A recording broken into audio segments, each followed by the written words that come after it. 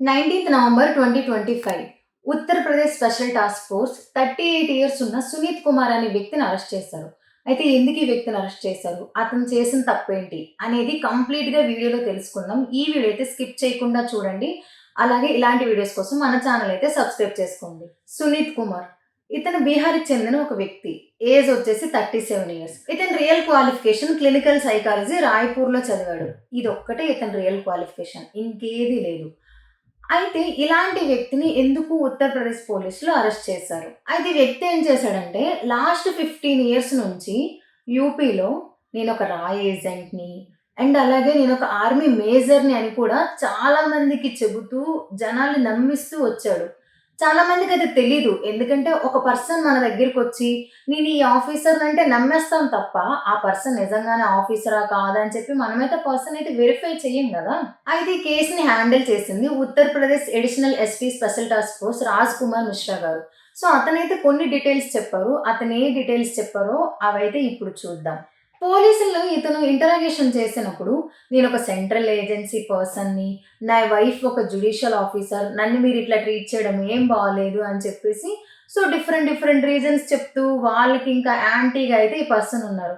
So, పోలీసులు ఏం చేస్తారు, ఇదేదో కొంచెం తేడాగా ఉంది అని చెప్పి డైరెక్ట్ వాళ్ళ వైఫ్ దగ్గరికే వెళ్లి ఇతని కోసం కొన్ని విషయాలైతే చెప్పారనమాట. అయితే ఈ విషయాలన్నీ తెలియంగానే వాళ్ళ వైఫ్ ఫస్ట్ షాక్ అయ్యారు. ఎందుకంటే జస్ట్ 1 ఇయర్ బ్యాకే సునీత్ కుమార్‌కి పెళ్లయింది. వాళ్ళ వైఫ్ వచ్చేసి ఒక జ్యుడిషియల్ ఆఫీసర్. ఆమెకి ఫస్ట్ ఈ విషయాలన్నీ తెలియంగానే చాలా షాక్ అయ్యారు. ఎందుకంటే నా హస్బెండ్ ఒక రా ఆఫీసర్ అని నాకు తెలుసు. సో, ఇవన్నీ తెలిసాక నేను పెళ్లి చేసుకున్నాను అని చెప్పింది. పోలీసులొచ్చేసి వీళ్ళ వేలో ఆమెకు క్లారిఫికేషన్ ఇచ్చారు. "నీ హస్బెండ్ రా ఆఫీసరు కాదు అండ్ అలాగే ఆర్మీ మేజర్ కూడా కాదు" అని చెప్పి. ఈ విషయాలన్నీ తెలియంగానే వాళ్ళవే ఫస్ట్ అయితే షాక్ అయ్యారు. ఎందుకంటే సునీత్ కుమార్ వాళ్ళ మదరు అండ్ బ్రదర్‌కి కూడా ఆ పర్సన్ ఒక ఆర్మీ ఏజెంట్ కాదు, అలాగే రా ఏజెంట్ కూడా కాదు అనే విషయం తెలుసు. తెలిసి కూడా ఇచ్చి పెళ్లి చేశారనమాట. అలాగే ఈ సునీత్ కుమార్ వాళ్ళ బ్రదర్ ఎవరైతే ఉన్నాడో అతనొక ఆర్మీ లెఫ్టినెంట్ అని చెప్పేసి వాళ్ళ వైఫ్‌కి పరిచయం చేశాడు. లాస్ట్ 15 ఇయర్స్‌గా దొరకని వ్యక్తి ఇప్పుడే ఎలా దొరికాడంటే, ఇతని లొకాలిటీలో ఉన్న ఒక వ్యక్తికి ఇతని మీద ఎందుకో అనుమానం కలిగింది. సో, అనుమానం కలిగిన వెంటనే ఫస్ట్ ఇతను వెళ్లి సూరజ్‌పూర్ పోలీస్ స్టేషన్‌లో అయితే కంప్లెయింట్ చేశారు. కంప్లెయింట్ చేయంగానే వాళ్ళైతే వచ్చి ఇతన్ని ఫస్ట్ వెరిఫై చేశారు. వెరిఫై చేయంగానే సునీత్ కుమార్ అనే వ్యక్తి ఇతని కార్‌లో కొన్ని ఫేక్ ఐడీ కార్డ్స్, ఆ ఐడీ కార్డ్స్ కూడా రాకి సంబంధించినవి అండ్ అలాగే హై సెక్యూరిటీ లైట్స్ ఉంటాయి కదా! అవి, కొన్ని ఫేక్ గవర్నమెంట్ స్టిక్కర్సు ఇవన్నీ అయితే కలెక్ట్ చేసుకున్నారు. లాస్ట్ 18 మంత్స్ నుంచి ఈ సునీత్ కుమార్ అనే పర్సన్ ఒక 17 హౌసెస్ రెంట్‌కి తీసుకొని, ఫేక్ ఐడీస్ యూజ్ చేసి 17 హౌసెస్ కూడా రెంట్‌కి తీసుకున్నారు.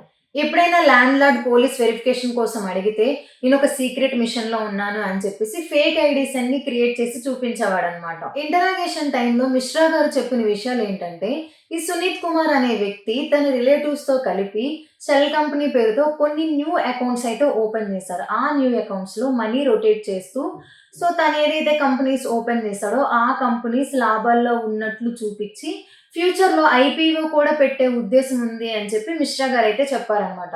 అసలు ఈ ఐపీఓ అంటే ఏంటి? ఐపీఓ అంటే ఇనీషియల్ పబ్లిక్ ఆఫరింగ్. ఇది దేనికి యూజ్ అవుతది? సో, దీనివల్ల సునీత్ కుమార్ పొందే లాభం ఏంటి? ఐపీఓ అంటే సింపుల్‌గా చెప్పాలి అంటే, ఇప్పుడు మనం ఒక బిజినెస్ పెట్టాం. ఆ బిజినెస్ పెద్దగా చేయాలి అంటే మన దగ్గర కొంచెం అమౌంట్ అయితే ఉండాలి. సో, దానికోసం మన బిజినెస్‌లో కొన్ని షేర్స్‌ని వేరే వాళ్ళకి అమ్మడాన్ని ఐపీఓ అంటారు. ఈ ఐపీఓ వల్ల మనకున్న అప్పులు తీర్చడం అండ్ అలాగే మన బిజినెస్‌ని ఎక్స్‌ప్లోర్ చేయించడం, మన కంపెనీకి హ్యూజ్ అమౌంట్ సేకరిస్తుంది ఈ ఐపీఓ. సో, ఇలాంటి దాన్ని తిను ఫ్యూచర్‌లో కూడా పెట్టే అవకాశం ఉంది అని మిశ్రా గారైతే చెప్పారు.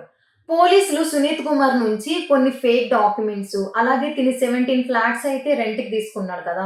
ఆ రెంట్‌కి రిలేటెడ్ డాక్యుమెంట్సు, ఒక 20 చెక్ బుక్సు, కొన్ని బ్యాంక్ అకౌంట్సు, ఒక 5 ఆధార్ కార్డ్సు, పాన్ కార్డ్సు, కొన్ని ట్యాబ్సు, కంప్యూటర్లు ఇలా అన్ని ఫేక్ రిలేటెడ్‌కి సంబంధించినవన్నీ ఇతని దగ్గర నుంచయితే సేకరించారు పోలీసులు. అలాగే ఇతను 2 అకౌంట్స్ నుంచి 81,00,000 అయితే సీజ్ చేశారనమాట. అయితే ఇదంతా సునీత్ కుమార్ ఎందుకు చేశాడు? లాస్ట్ 15 ఇయర్స్ నుంచి ఎందుకు అందరిని మోసం చేసుకుంటూ వచ్చాడు అంటే, మిశ్రా గారైతే కొన్ని విషయాలు చెప్పారు. అదేంటి అంటే, పబ్లిక్‌లో కొంచెం ఇమేజ్ కోసం, ఓన్లీ ఇమేజ్ కోసమేనా అంటే కాదు. యాక్చువల్లీ ఇతను చదివిందేంటి? Clinical psychology. సో, దానికి రిలేటెడ్ జాబ్ చేస్తూ మరి ఆ జాబ్‌ని క్విట్ చేసి ఇదైతే స్టార్ట్ చేశాడు. ఎందుకు అంటే ఫ్యూచర్‌లో ఐపీఓ పెట్టే ఉద్దేశ్యం ఉంది. అలాగే సమాజంలో నాకు కొంచెం పేరు కావాలి. ఇవన్నీ గ్యాదర్ చేసుకోవడం కోసం లాస్ట్ 15 ఇయర్స్ నుంచి ఈ పర్సన్ అయితే ఈ పని చేస్తూ వస్తున్నాడు. అయితే ఈ విషయం Sunith Kumar mother and brother వీళ్ళిద్దరికీ తెలిసినా సరే వాళ్ళ వైఫ్‌కైతే తెలియనీయకుండా ఉంచారనమాట. వాళ్ళకి ముందే తెలుసు ఇతను రా ఏజెంటు కాదు, ఆర్మీ మేజర్ కాదు అని.